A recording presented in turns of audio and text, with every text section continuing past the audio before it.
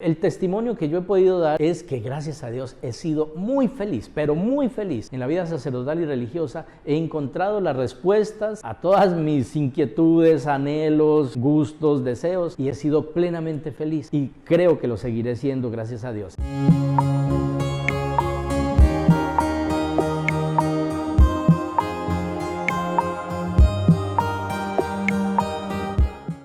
Dice el Evangelio de San Lucas en el capítulo 24, versículo 33. Y levantándose al momento se volvieron a Jerusalén y encontraron reunidos a los 11 y a los que estaban con ellos, que decían: es verdad, el Señor ha resucitado y se ha aparecido a Simón. Ellos por su parte contaron lo que había pasado en el camino y cómo le habían reconocido al partir el pan. Hermanos y hermanas, soy el Padre Bernardo Moncada. Les doy una bienvenida hoy a una edición especial de mi programa Vidas que dan fruto. Está conmigo el Padre Danilo Medina, el provincial de la Asociación de San Pablo. Padre, bienvenido a mi programa Vidas que dan fruto. Padre Bernardo, es una alegría estar con usted en este programa y es una alegría poder saludar a través de la tecnología, de las redes sociales, a tantos y tantos amigos, hermanos que comparten con nosotros no solo la fe, sino también la esperanza y la alegría cristiana. Padre, para mí es una alegría verdaderamente tenerlo a usted en mi programa, porque usted fue profesor mío en la universidad donde nos formamos para poder llegar a ser sacerdotes, y hoy en día tenerlo aquí en mi programa me llena de mucha alegría. Pero hay mucha gente, Padre, que se está preguntando en este momento, bueno, ¿quién es el Padre Danilo Medina? Y esto me da pie a mí para formularle la primera pregunta de este programa, es: ¿quién era el Padre Danilo antes de conocer a nuestro Señor Jesucristo?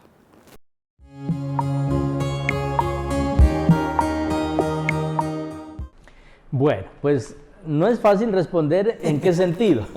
En el sentido de que mi vida fue bastante regular, podríamos decirla de esa manera, como bastante tranquila, bastante serena, en el sentido de que tuve una familia de origen muy bien constituida, maravillosa, unos padres con unos valores humanos y espirituales preciosísimos. Entonces, para mí lo habitual, digamos, en mi infancia era respirar la vida cristiana, los valores cristianos, el compromiso incluso con la iglesia. Entonces, más bien yo diría que antes de conocer a Cristo, lo que yo viví fue más bien como un momento de preparación. En realidad a Cristo ya lo tenía yo presente, pero de manera inconsciente. Entonces me fui haciendo consciente. Y en ese tiempo previo a hacerme consciente del Cristo en mi vida y luego todo lo que desencadena a nivel de vocación también a la vida consagrada y sacerdotal, puedo hablar es de mi familia. Y es, como lo decía antes, una familia maravillosa, una familia campesina, una familia humilde, sencilla, de Boyacá, en Colombia, de gente trabajadora, pero de gente que ama a Dios y que está siempre dispuesta a servir. Mis papás nos lo enseñaban de una manera muy espontánea, sin tantas catequesis ni sermones, ¿no? Con su vida, siempre solidarios con los más necesitados, con los vecinos, con quienes podían prestar un servicio. Mi papá había tenido una historia interesante porque había sido militar unos años, pero esa vida militar, aunque relativamente le fue bien, no lo dejó como muy satisfecho y él siempre pensaba en algo más cercano a la iglesia y a Dios. Incluso él cuenta que en sus orígenes, en su juventud, quiso ser sacerdote también él. Soñaba con ser sacerdote, pero no lo pudo realizar por varios motivos. Entre otras cosas, cuando él llegó a la mayoría de edad fue en 1948. Todos sabemos en Colombia qué pasó en el 48 y de allí en adelante.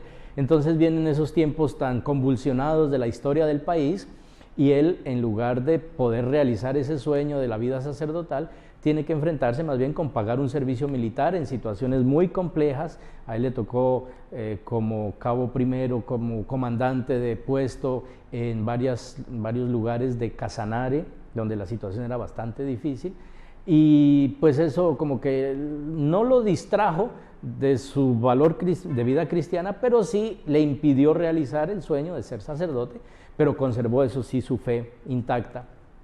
Y cuando pudo, tan pronto pudo, después de 7 años de vida militar, abandonó el servicio militar y se dedicó a una familia y encontró su media naranja, que yo creo que le salió una naranja muy buena, muy dulce, porque fueron el uno para el otro.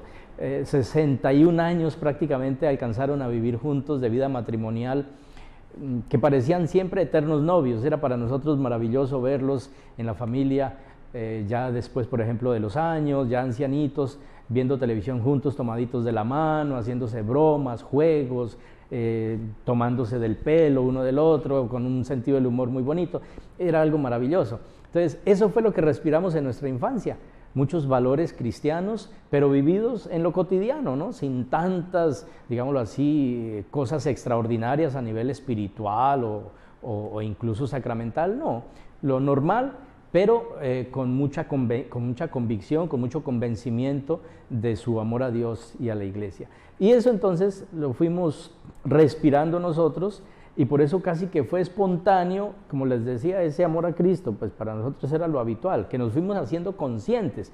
Pero en esos primeros años de infancia, para mí lo que hubo fue una vida, gracias a Dios, muy serena, juegos de infancia. Yo fui el menor de una familia de 7 hijos, 4 varones y 3 mujeres, por lo tanto, pues como menor diríamos el consentido, ¿no? Eso sí no lo puedo negar, tanto de mis papás como de mis hermanos, muy consentido, pues muy querido por mis hermanos también. Entonces la infancia en una familia numerosa es muy agradable porque siempre tiene uno con quien compartir, hasta de quién recibir la ropa que se le quedó pequeña, ¿no? Entonces se va pasando de un hermano al otro y así, esas cosas que son a la larga también un valor, ¿no? Que se aprende también de eso. Esa fue un poco mi infancia, entonces, en juegos, en estudios. Tal vez hay un momento interesante, y es cuando la primera comunión, que ahí va a marcar un poquito como ese nivel de conciencia ya de un compromiso mayor con Dios y con la iglesia. Pero antes de eso, estudios ya con una cierta inquietud, porque de todas maneras, incluso mis hermanos mayores también habían dicho en su momento de infancia que iban a ser sacerdotes, pero luego se les olvidaba. Entonces, pues cuando yo más o menos manifestaba lo mismo, como que no me creían mucho, porque ya mis hermanos lo habían hecho. A mí había tres cosas que me gustaban, ¿no? Ya contemplando un poco el tema de vida religiosa, pero me gustaba también la medicina, y de hecho antes de entrar al seminario hice algún curso de enfermería, primeros auxilios, me gustaba mucho, tal vez por el mismo servicio a las personas, ¿no? Y el derecho, la abogacía me llamaba la atención, tal vez por ese sentido como de justicia, de defensa de los derechos de las personas. Entonces, como que esas carreras me atraían un poquito, ¿no? Antes de tener ya una claridad sobre la vocación. Padre Danilo, pero entonces estamos hablando de ese día que lo marcó, ese momento en el tema de la primera comunión, y esto nos da a nosotros pie para pasar a la segunda pregunta del programa, y es ¿cómo tiene el Padre Danilo ese cuento personal con Jesús?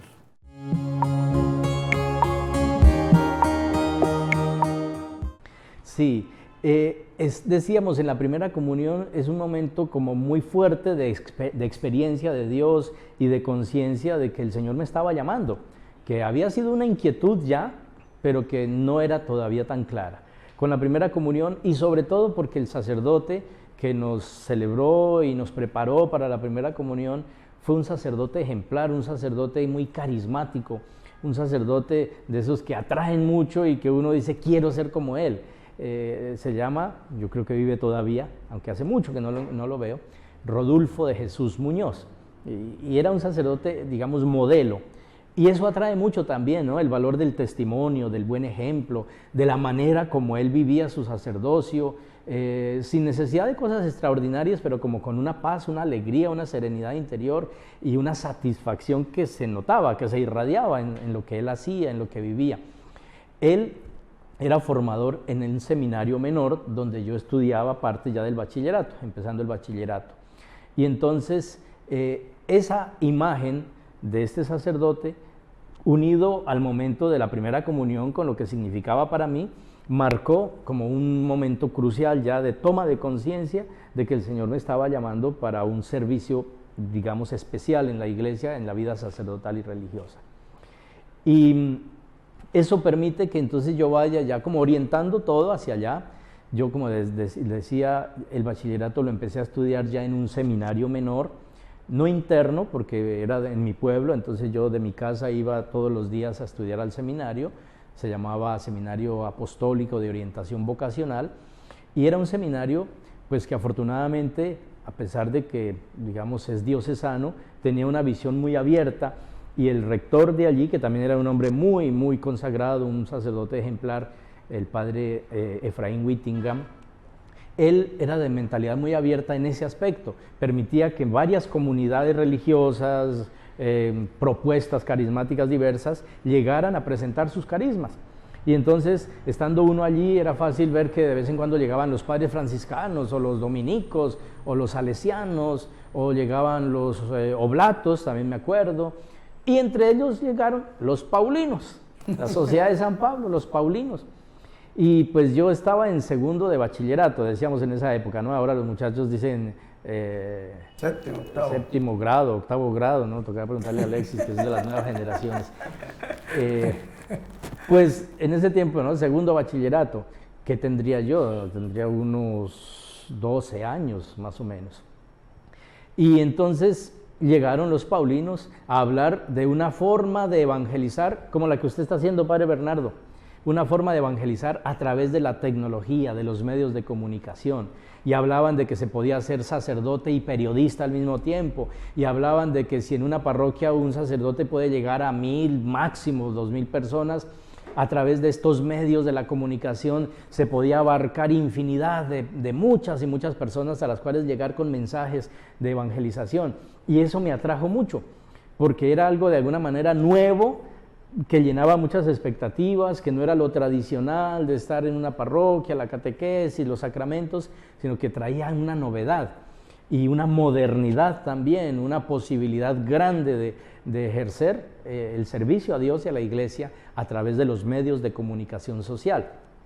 Y eso me atrajo y yo decidí ingresar, pero esperar a terminar el grado, que sería ahí octavo, cuarto bachillerato, porque ese seminario tenía solo hasta cuarto bachillerato, entonces terminar tranquilamente, seguí en comunicación con la comunidad de los paulinos, y terminando cuarto bachillerato ya decidí pues oficialmente ingresar al año siguiente.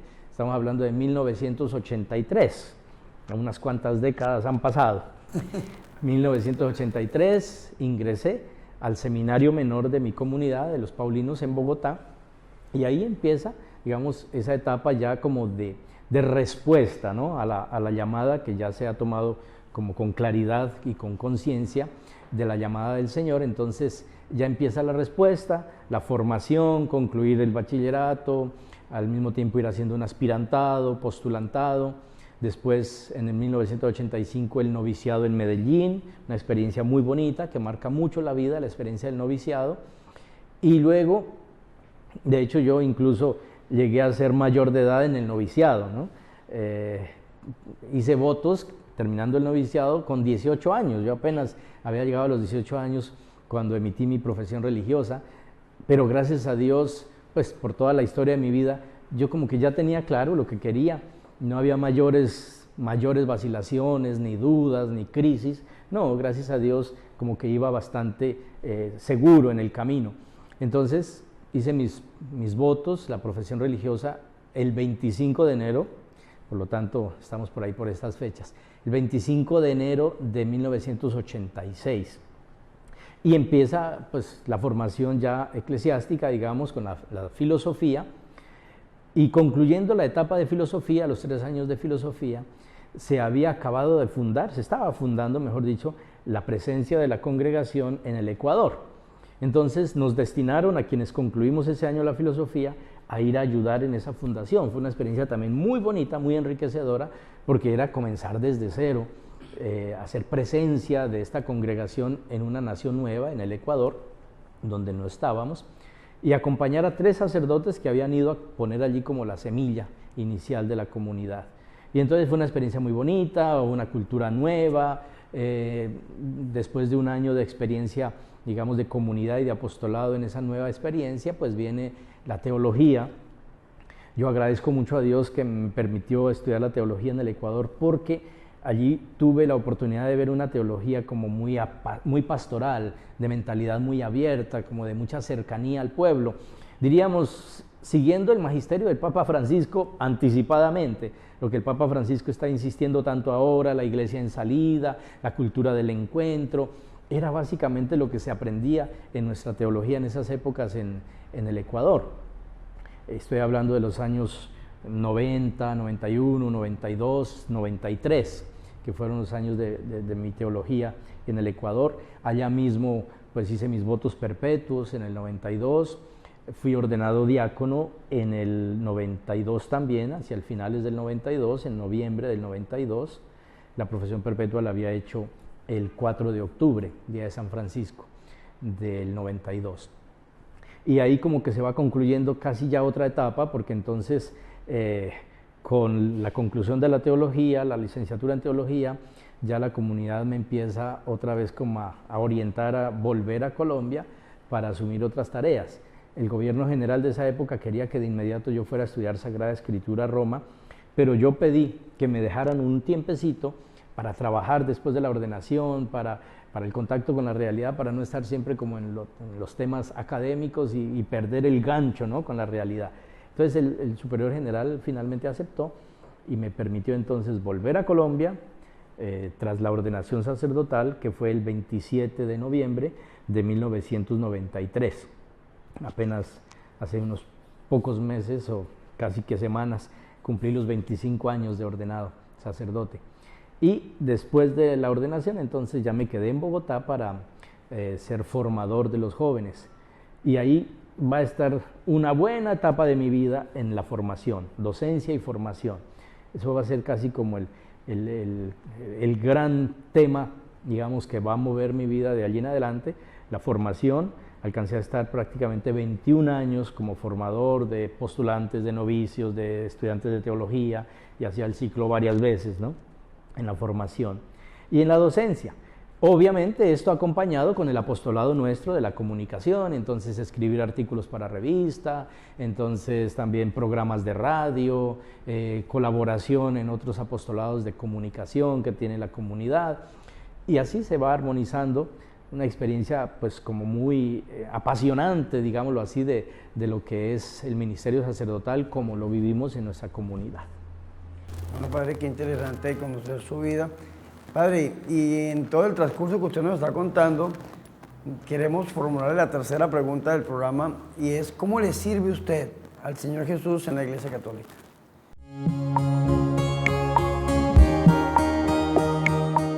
Sí, yo creo que ya, digamos, después de una experiencia de 21 años como formador de seminaristas, de religiosos, después de una experiencia también en temas, diríamos, como del apostolado, sobre todo de libros, de artículos para revistas, llegó el momento de asumir un desafío realmente que yo no lo quería, que no lo esperaba, pero que la comunidad me pidió esa colaboración, ese servicio, y es en el tema de la autoridad, el servicio de la autoridad que se llama. El 6 de septiembre del 2017, el gobierno general, el superior general de mi congregación, me nombró superior provincial, y la provincia nuestra es una provincia más bien bastante grande, son 10 naciones, está Colombia, Ecuador, Panamá, hay otros países de Centroamérica y Caribe, está Costa Rica, Nicaragua, El Salvador, Honduras, Guatemala, República Dominicana y Puerto Rico. Entonces es una provincia bastante compleja, y ese es el servicio que actualmente presto, la animación, el acompañamiento de esta provincia desde el servicio de la autoridad, pero más bien diríamos pues que en el compartir la vida, animar un poquito los procesos en la formación, en el apostolado, en el servicio que prestamos a las iglesias en donde nos encontramos o donde tenemos puntos de evangelización, que son nuestras librerías o distribuidoras o presencia a través de los medios de comunicación, las redes sociales. Un desafío muy bonito que estamos emprendiendo ahorita, también como servicio de evangelización, es una fundación universitaria, Unisan Pablo, Fundación Universitaria San Pablo, Unisan Pablo, en Bogotá, está empezando ya a caminar para iniciar con 2 programas académicos: comunicación social y administración de empresas, van a ser los 2 programas iniciales, justamente en línea con nuestro carisma, porque no basta usar los medios para evangelizar, es necesario formar en el uso de esos medios, en los valores que deben guiar a los comunicadores. Y entonces por ahí esa línea pedagógica ha venido entrando muy de lleno en la conciencia de nuestro carisma de comunicadores.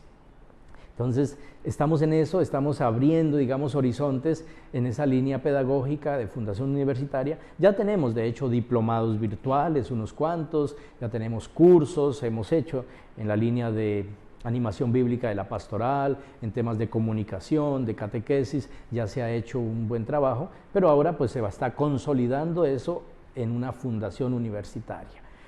Y el día a día para mí ahora transcurre de manera un poquito diversa cuando era formador, porque ya tengo que viajar más, ir de comunidad en comunidad acompañando, reuniéndome con ellos, animando, evaluando, motivando un poquito pues la vida paulina, la vida religiosa en cada una de las comunidades o centros de apostolado que tenemos en esta provincia. Y esto también pues obviamente en relación con el gobierno general, porque hay que dar cuenta a los superiores de Roma, todo este manejo también de información, de comunicación. Es un mundo un poco diverso al que estaba acostumbrado, pero con la gracia y la ayuda de Dios también ha tocado ir poco a poco aprendiendo. Qué bendición, Padre. Ahora, Padre, un mensaje de su parte como sacerdote, como provincial, para todos los jóvenes que sienten esa inquietud vocacional y que se ven como inclinados a este carisma de los paulinos. Padre, hay muchos jóvenes que en este momento lo están viendo y quisiera un mensaje de su parte para ellos. Claro que sí. El mensaje fundamentalmente es decirles que esto vale la pena, que la vocación a la vida consagrada y sacerdotal es algo capaz de darle sentido a la existencia, que no le frustra a uno posibilidades, que no le interrumpe procesos, que al contrario le da grandes posibilidades de realización y sobre todo de servicio, que es lo más importante, porque a la larga uno termina descubriendo que es más feliz y más pleno como persona en la medida en que más sirve, en la medida en que más sale de sí mismo, supera uno su propio egoísmo para ir al encuentro del otro con un servicio, con una ayuda eficaz. Entonces, la invitación a que valoren esta opción de servicio a Dios en la iglesia como una posibilidad real de realización personal, además de cumplimiento de la voluntad de Dios, y que los hace plenamente felices. Ese es el testimonio que yo he podido dar, y lo he dicho cuando cumplí los 25 años de sacerdocio sobre todo, es que gracias a Dios he sido muy feliz, pero muy feliz en la vida sacerdotal y religiosa. He encontrado las respuestas a todas mis inquietudes, anhelos, gustos, deseos, y he sido plenamente feliz y creo que lo seguiré siendo gracias a Dios. Entonces los invito, queridos jóvenes, no tengan miedo de dar el paso, de dar la respuesta. Seguramente van a ver recompensada esa valentía con una vida plena de sentido, con una vida realizada y feliz. Bueno, Padre, si algún joven se quiere comunicar con usted o conocer más de la Sociedad de San Pablo, ¿cómo lo pueden hacer? Sí, le dejaría el contacto de correo electrónico para que quien desee se comunique conmigo. Es muy sencillo, por eso es más fácil de grabar. Provincial, todo minúscula, provincial, @sanpablo, también unido minúscula, .com.co. Entonces, provincial, @sanpablo.com.co.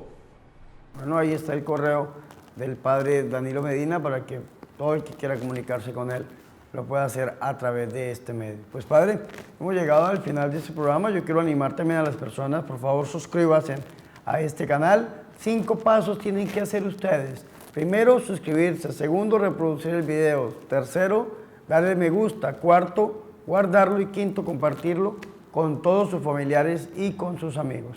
Padre, queremos terminar este video, este programa, con su santa bendición. Por favor, hónrenos regalándonos su bendición. Con todo el gusto y el cariño, y antes de eso, el agradecimiento, Padre Bernardo, y la expresión de toda mi alegría, porque siempre de verdad lo he tenido muy presente y con mucho aprecio, y pues qué bueno haber tenido la ocasión hoy providencial de encontrarnos y de compartir este momento de diálogo.